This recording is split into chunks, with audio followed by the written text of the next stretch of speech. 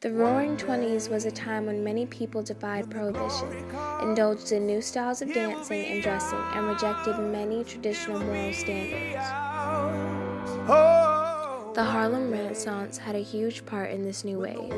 It was a name given to the cultural, social, and artistic explosion which took place in Harlem.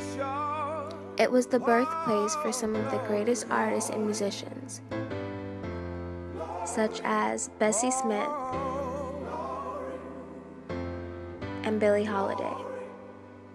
Hands to the heavens, no man, no weapon formed against, yes, glory is destined. Everyday women and men become legends. Sins that go against our skin become blessings. The movement is a rhythm to us.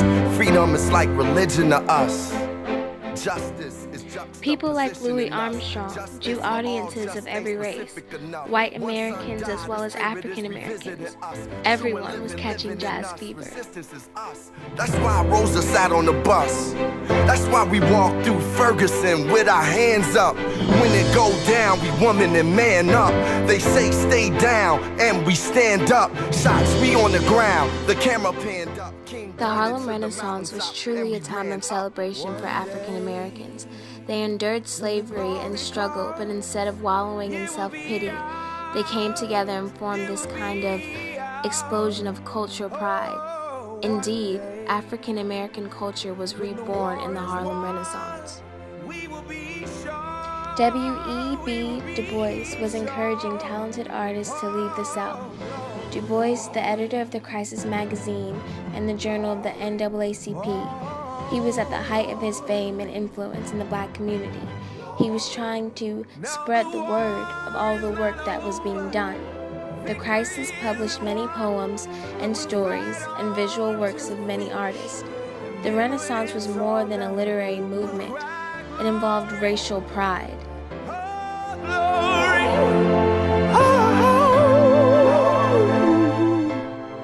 The Harlem Renaissance was successful in that it brought the black experience clearly within the corpus of American culture history, not only through an explosion of culture, but on a sociological level. The legacy of the Harlem Renaissance redefined how America and the world viewed African Americans. Though it was centered in Harlem, many black writers from Africa and Caribbean colonies who lived in Paris were also influenced by the Harlem Renaissance. Enemy is lethal, a king became regal. Saw the face of Jim Crow under a bald ego. The biggest weapon. The Harlem Renaissance was also equally successful economically for African Americans. Quite simply, the Harlem Renaissance meant more money. White people's money made its way to black communities. To some people, the Harlem Renaissance was a small portion of the real movement, which was the New Negro movement. We had become a better version of oneself.